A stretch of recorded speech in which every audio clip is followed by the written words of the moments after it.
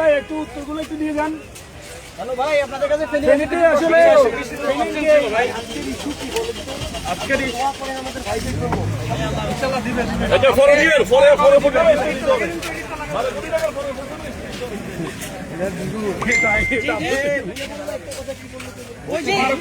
ওই যে ত্রাণের যে টাকাটা সে বিষয়ে একটু জানতে চাচ্ছিল, একটু লাইটটা দেন। আমি মিডিয়ার লোক। মানে কোন মিডিয়া? ফেনী তালাশ। হ্যাঁ, ফেনী তালাশ। কি বলছেন মাত্র প্রশ্নটা? 12 কোটি টাকার ইয়া দিতে। আপনার তো দালাল, বেনিতালাস তো দালাল। কে বলছে?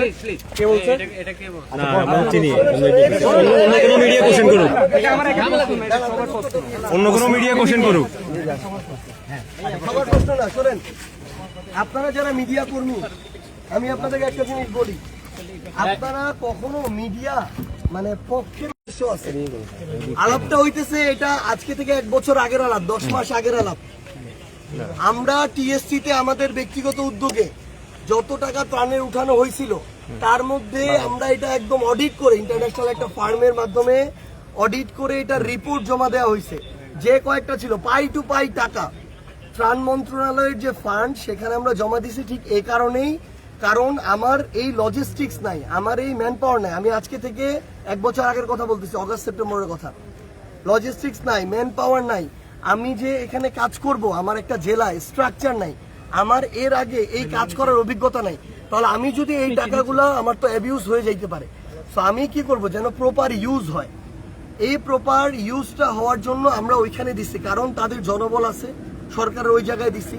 আমরা যদি অন্তর্বর্তীকালীন সরকারের একটা মন্ত্রণালয়ের উপর আস্থা না রাখবো তাহলে কার উপর রাখবো? এটা তো আওয়ামী লীগের মন্ত্রণালয় না, এটা ডক্টর ইউনূসের অভ্যুত্থান পরবর্তী সরকারের মন্ত্রণালয়।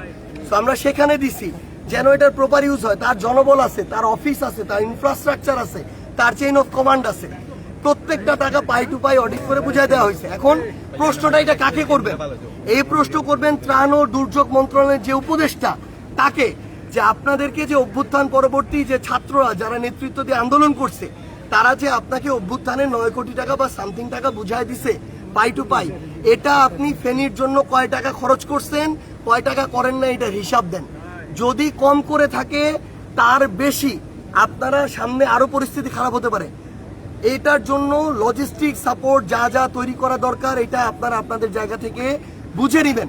আমরা আপনাদেরকে অনুরোধ করবো, আপনারা যারা ফেনীর মিডিয়া ভাই আছেন, সচেতন নাগরিক সমাজ আছেন, আপনারা ত্রাণ মন্ত্রণালয়ের উপদেষ্টার কাছে এটা যাবেন। আমরা অলরেডি আমাদের ফেনীর যারা কেন্দ্রীয়, ভাই শেষ করি, ফেনীর যারা কেন্দ্রীয় কমিটির আছে তাদেরকে এই দায়িত্ব দিছি।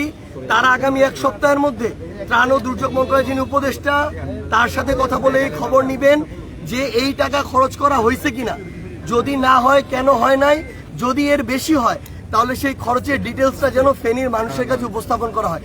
কোন প্রশ্ন কাকে কখন কোথায় করতে হবে এটা আপনাদের বুঝতে হবে। একটা জিনিস ভাই, আপনারা মেইনস্ট্রিম মিডিয়া কথা, এটা আমাদের কথা না, এটা হচ্ছে আমাদের জনগণের কথা। আপনার কোশ্চেনটা অত্যন্ত আমাদের জনগণের কথা।